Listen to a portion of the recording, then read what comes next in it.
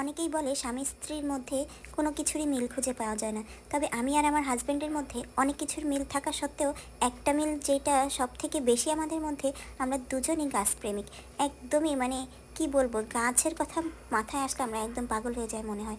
দেখুন সেই পাগলামিরই ফলে আমার জামাই এতগুলা গাছের টব অর্ডার করেছে একসাথে, এতগুলা। আল্লাহ, আমি তো এটা দেখে পুরো অবাক হয়ে গেছি যে এতগুলা, কোনো সাইজ সে বাদ দেয়নি, ছোট বড় মাঝারি সব সাইজ। তারপরে যে এই সিড ট্রেগুলোও নিয়েছিল, আর সাথে সে দারাজ থেকে অর্ডার দিয়েছিল বেশ কিছু বীজ, যেগুলো কিনা চেরি টমেটো, অপরাজিতা, তারপরে বিভিন্ন ধরনের পুদিনা, 7-8 রকমের বীজ অর্ডার দিয়েছিল।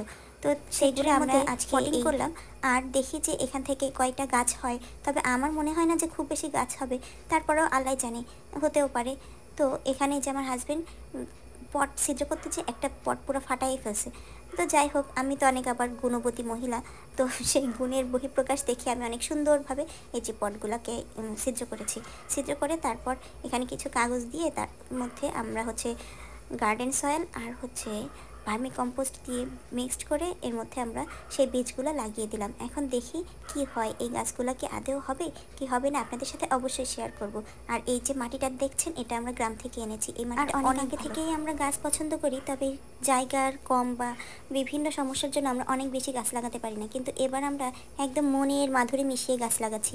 আর এখানে আমার হাজব্যান্ডের যে মানি প্ল্যান্টগুলো, এই যে এগুলো এত সুন্দর, এগুলাতে মাসে একবার করে ইপসাম সল্ট দেয়। ও 15 দিন বা 1 মাস পর পর ইপসাম সল্ট, 1 চা চামচ ইপসাম সল্ট 1 লিটার পানিতে মিক্স করে মাটিতেও দেয় আর গাছের পাতায়ও স্প্রে করে, যাতে করে এই মানি প্ল্যান্টগুলোর পাতা অনেক বড় হয়েছে আর গাছটাও অনেক হেলদি। মাশাল্লাহ মাশাল্লাহ। তো তারপর আমরা এই যে টপটা রেডি করে এর মধ্যে একদম বেড করে করে তার মধ্যে আমরা বীজগুলো লাগিয়েছি। আর লাগানোর পরে এইগুলোর নাম দিব কিভাবে ভাবছিলাম। আমার ইচ্ছা ছিল যে আইসক্রিমের যে স্টিকের মধ্যে অনেকে মার্কার দিয়ে লিখে তারপর গাছের নামগুলো আর কি দিয়ে রাখে বীজ যখন লাগানো হয়, কিন্তু আমাদের কাছে স্টিকগুলো অ্যাভেলেবেল ছিল না দেখে আমরা যে প্যাকেটে করে বীজ এসেছিল তার মধ্যে একটা করে কাগজের মধ্যে নাম লিখে এরকম সাসলিক স্টিকের সাথে অ্যাড করে পটের মধ্যে দিয়ে রেখেছি, যাতে করে যদি বীজগুলা থেকে গাছ হয়, আমাদের এই গাছগুলা বুঝতে যে কোনটা কোন গাছ আমাদের সুবিধা হয়। আর এগুলা আমরা আমাদের অফিসের বেলকনিতেই রাখবো। আর এখন আপনাদের দেখাবো এই যে এই বীজগুলা আমরা দারাজ থেকে অর্ডার করেছি।